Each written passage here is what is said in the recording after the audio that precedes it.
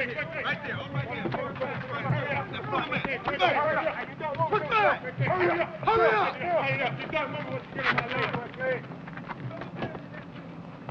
While you are here at Paris Out, the last word out of your mouth at all times will be sir.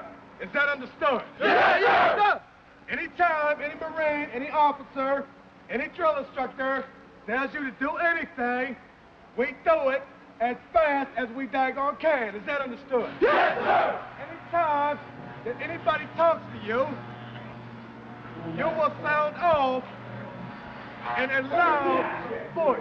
The loudest voice that you could possibly muster. Is that understood? Yes, sir! All those gold badges, sneakers and all. After every battle, after every war, generation after generation, year after year, the Corps renews its strength.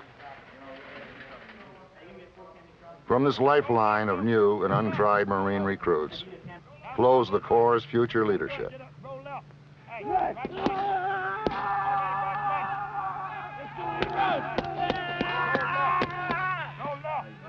Like thousands of Marines before them, many may later be called upon to lead men under the most demanding and challenging conditions, combat. But gaining skills to successfully lead men into combat does not just happen.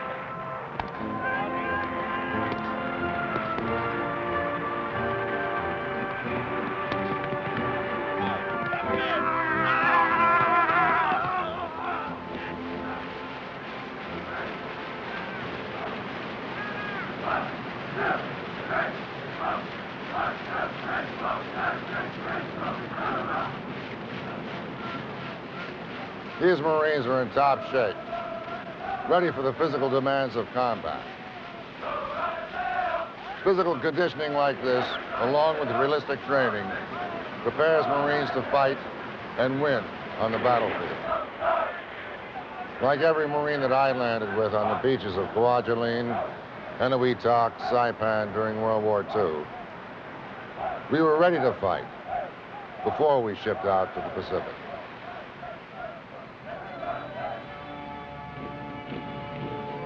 It's too late waiting for the combat and then learn your job. You have to talk to other combat veterans.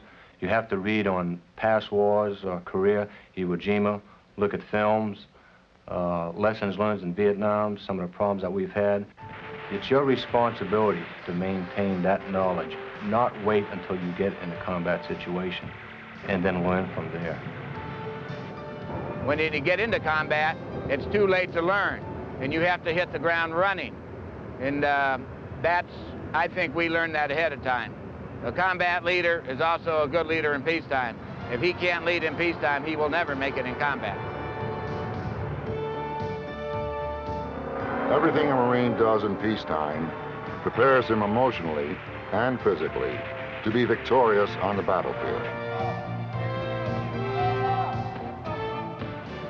Beginning with the raw materials of strong character and worthy values, leadership skills are carefully molded by the expert hands of drill instructors and unit leaders. Hammered into fighting shape in the forge of intense training, hardened by the fires of Marine tradition, galvanized by self-discipline, pride, and patriotism.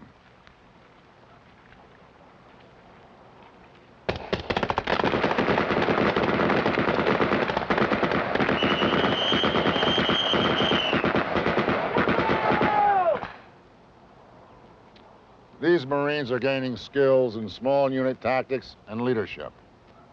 They are fortunate to be learning such skills from a combat veteran who saw them work in Vietnam. The combat wisdom that is hard for him to pass on, however, is what war itself is really like. It takes the actual living and the intense and awesome reality of war to appreciate the thoughts, the hopes, the fears that run riot in the minds of men in combat. And eliminate them with the maximum firepower that's available to you. It begins with the waiting to go in. waiting to take off, to move out, to move up, waiting to go into what one Marine combat veteran calls the savage, brutal, exhausting, and dirty business of war.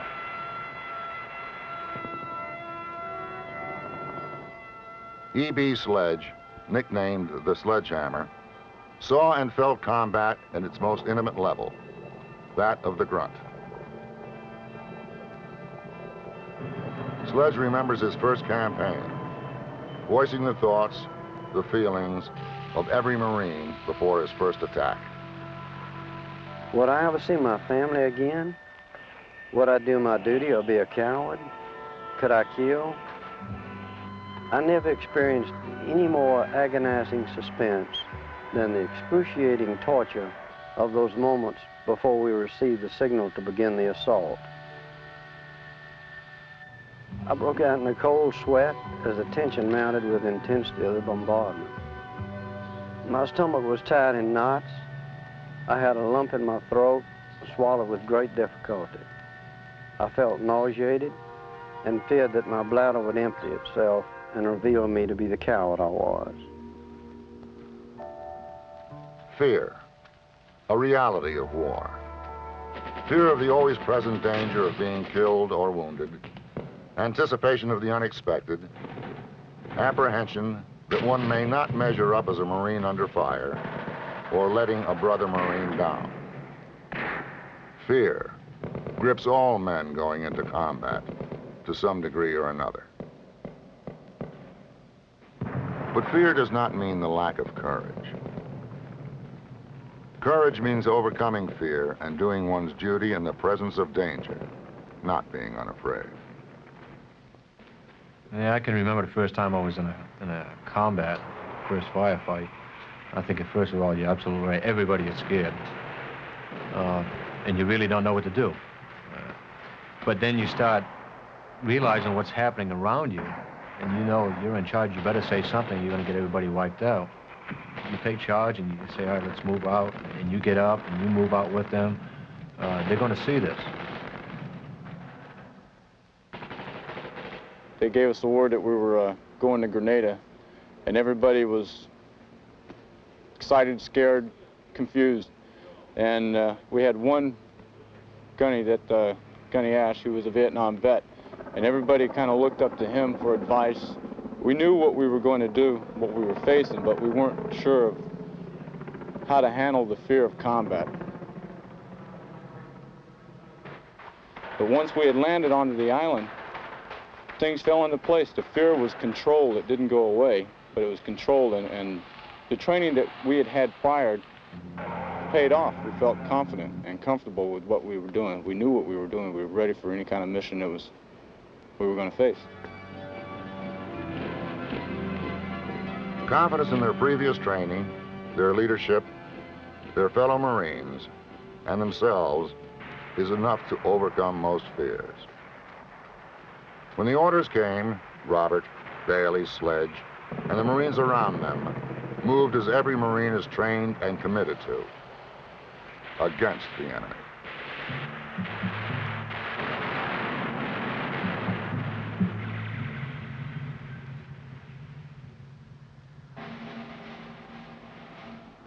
To those of us who entered the meat grinder itself, it was a netherworld of fear and horror, where the fighting dragged on, and escape seemed less and less likely. Every muscle in my body was as tight as a piano wall. I learned a new sensation of utter, absolute helplessness.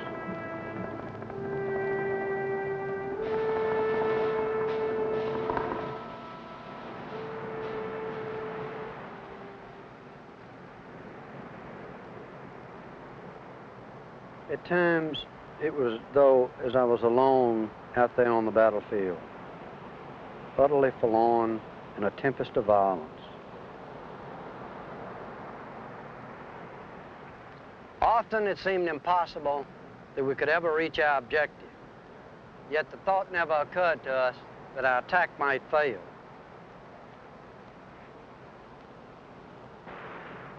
For us, Combat was a series of changing events characterized by confusion, awesome violence, gripping fear, physical stress and fatigue, fierce hatred of the enemy, and overwhelming grief over the loss of friends.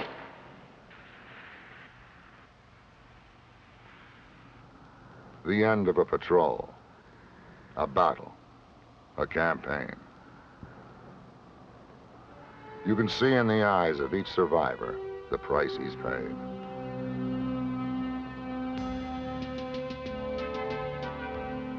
Yet throughout the history of the Corps, Marine combat veterans have gone on to fight again, and for good reason. A man's ability to survive in combat depends on his comrades and his immediate leadership. Our discipline, esprit de corps, and tough training were other ingredients that taught me to survive. Boot camp taught me I was expected to excel even under stress.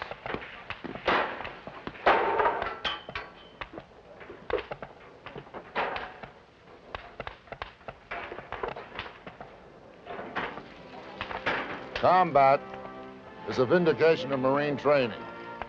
Proof that each Marine can use his weapon and equipment efficiently in combat. Proof that he can trust and depend upon the Marines on each side of him and on his leadership. And we had something else going for us, patriotism, a deep love of this country and all it stands for.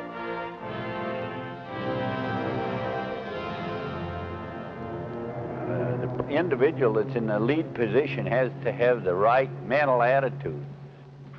He has to believe in himself, and he has to believe in the people around him. You believe so strongly in your people that if something were to happen to you, you feel that the whole thing will move on.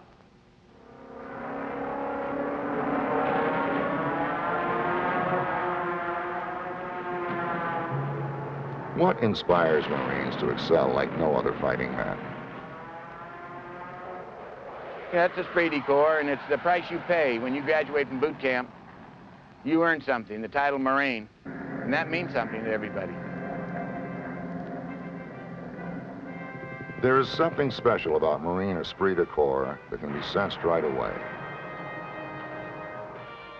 A British observer, while watching a Marine regiment move against a communist division in a last-ditch effort to save the Busan perimeter, our last toehold in Korea, said, and I quote, "They are faced with impossible odds, but I have a feeling that they will halt the enemy."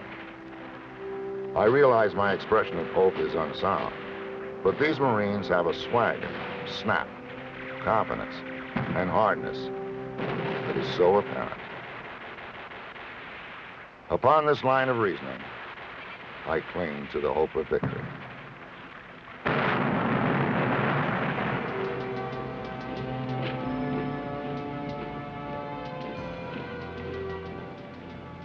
Esprit de corps is built on commitment. More than anything else, men have fought and teams have won because of commitment.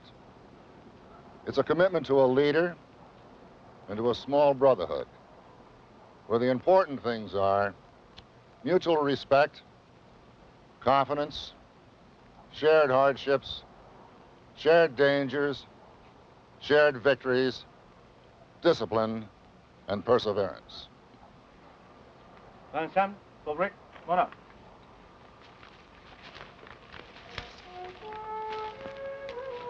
Marines fight because of their perspective on how they fit into what I would call a family. And they know what the other members of that family will do because of their training and their involvement with their fellow Marines. And then it gets down to that point where he, the individual, is concerned that he does his share, that he does what his buddies expect him to do. And it's not letting those other Marines down. Marines fight for other Marines. They fight for the Marines in their unit, their buddies, the guy in the next foxhole, and they also fight for all those Marines that have gone before them. The ultimate challenge to leadership in combat is to accomplish the mission while at the same time minimizing casualties, taking care of your men, being concerned for their welfare.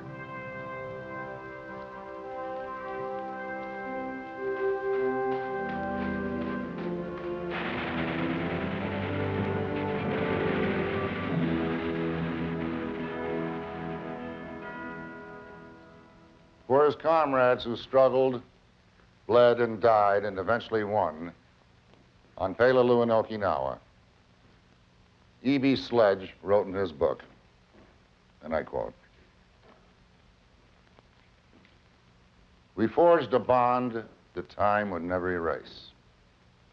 Marine Corps training taught us to kill efficiently and to try to survive.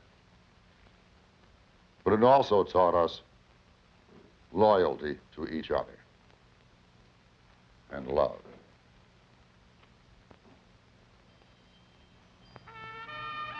The legendary chesty puller loved by his men, not only because he accomplished the mission, but also because he took care of them.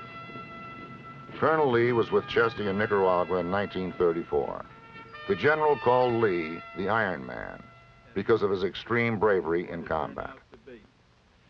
It took somewhere around about 2 months for them to get acquainted with him. And from there on, they followed him just exactly the same as a bird dog would follow a gunner in the field. He took care of his men. Some leaders lead by fear. I think a more effective leader leads by example. He shows care and concern for his Marines. He respects them, and they in turn respect him. They will follow him in combat knowing that he'll not waste them. Don't ask anything of your troops that you could not do yourself. If you told them to move out, you better move out with them. You better lead the way.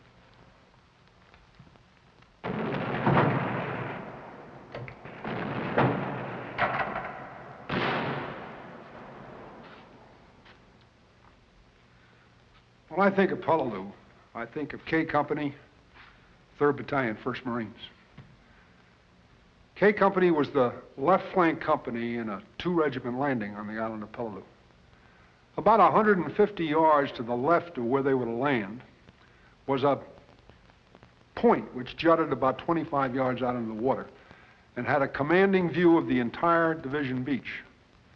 K Company's job was to take that point. And if they didn't, the whole division landing could be swept by Japanese fire. The point was fortified, heavily fortified, and air and naval gunfire didn't do the job. The company landed, wheeled to its left, and assaulted the point. And they took it. They took it, and they held it, even though they were surrounded. And at the end of 48 hours, the company that landed with 235 men had 78 left. The question is, what makes a unit fight like that? Well, this unit was very well trained. They actually rehearsed what they were going to do 4 times, till every man knew exactly what was expected of them. They had good discipline. And they were governed by a driving spirit of unshakable loyalty on the part of each Marine to his fellow Marines.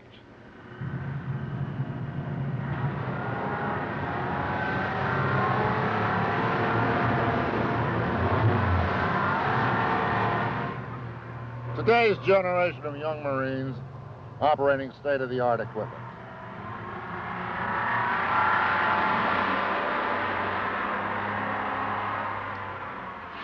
Do the concepts of discipline, unit identity, tradition, esprit de corps, teamwork, mission accomplishment have a different meaning to these Marines than they did to us 40 years ago?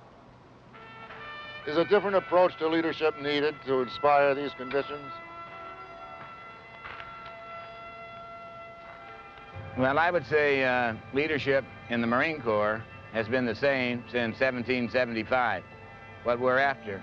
Leadership is the ability to take people and mold them into a winning unit in combat, to be able to get the best, to make them excel, and at the same time take care of them and bring them back. When I went through the boot camp and basic school back in the early Vietnam War years, the word then was who, what, where, when, and only so much of why as was absolutely necessary. Over the years and culminating in Grenada, I've come to realize that why might be the most important part of all. I don't mean why in the political why of why are we in Grenada, Colonel, but the tactical why. Why do you want me to do what you just told me to do? If you explain to the young Marine why you want something done, he realizes, one, that you trust him, that you're taking him into your confidence, and he knows how you're thinking. As a result, you'll get a hell of a lot more out of him. The Marine of 1918 was a different type of person than we have today. Today we have a man that is educated,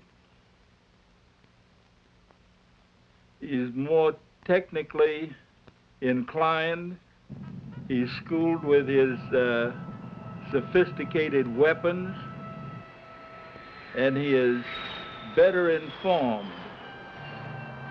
They travel today in equipment that we dreamed about, and some of it that we weren't able to even visualize in the early days. Our Corps today is equipped and trained in such a way that I believe it is second to none.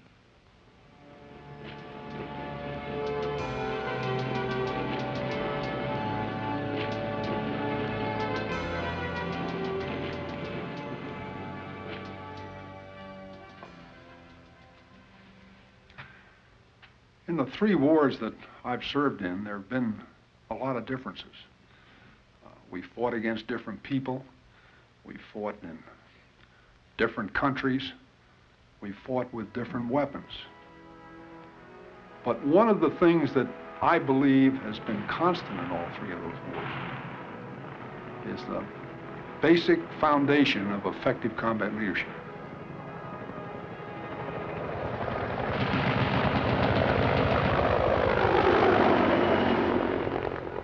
The Marines over there are all NCOs, going through a leadership course. They've been taught leadership traits and principles throughout their training. The same ones taught to my leaders in World War II.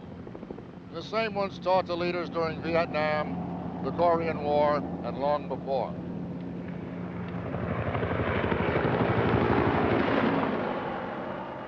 Those leadership principles and traits have withstood the test of time, and the foremost test, the battlefield. I'd say there are 3 key elements in leadership today. First is proficiency. That's technical knowledge in your rank in MOS, knowing your stuff. Second is integrity, that is being a man of your word. And third is that you've got to care. A leader is a man that can get other men to do what needs to be done when it needs to be done. The leadership is taught to you by senior officers that have the leadership and have shown leadership in the past and have been successful with leadership. And they know the basic things that it takes to drive a platoon or to drive a man to complete a job or a mission. It's fascinating and instructive talking to any Marine who has served in combat. It doesn't matter that they may have fought in a different war or with different equipment. I always find many of their situations similar to my own combat experiences. And I keep reinforcing over and over again the knowledge that basics don't change. The principles of leadership and teamwork never change. Neither does the strong commitment that one Marine feels toward another. There's a sort of brotherhood that begins with boot camp and proves itself in combat.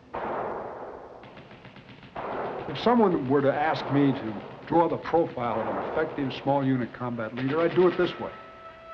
I'd say it's someone who really knows his stuff. I'd say it's someone who understands the vital importance of discipline. It's someone who understands the vital importance of hard, demanding training. It's someone who takes care of his men, got a sincere interest in their welfare. It's also someone who's physically fit and who leads by example. And finally, it's someone who's proud he's a Marine. I think that profile has been good for as long as there's been a Marine Corps.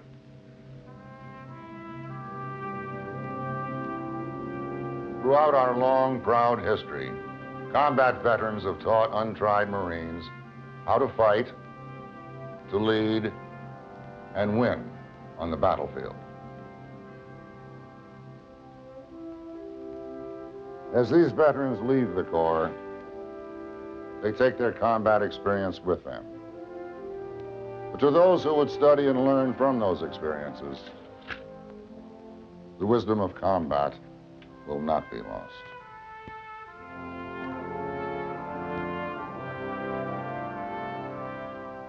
In these Marines stands the Corps' future combat leadership. Before reaching this day, this place of honor, they were no different than any other young American men. But they have been hammered into form in a different forge, hardened by a different fire, earning the right to muster with the elite, the few, the proud. If called upon, there is no doubt that they will fight with incredible bravery and win on any battlefield in the same tradition of those combat Marines who have gone before them. Once they're indoctrinated with the esprit de corps, it is like a branding iron. A man is marked for life, mentally and physically. And regardless of where he goes, esprit de corps follows him. And it is a band of brothers that can only be broken up by that last journey.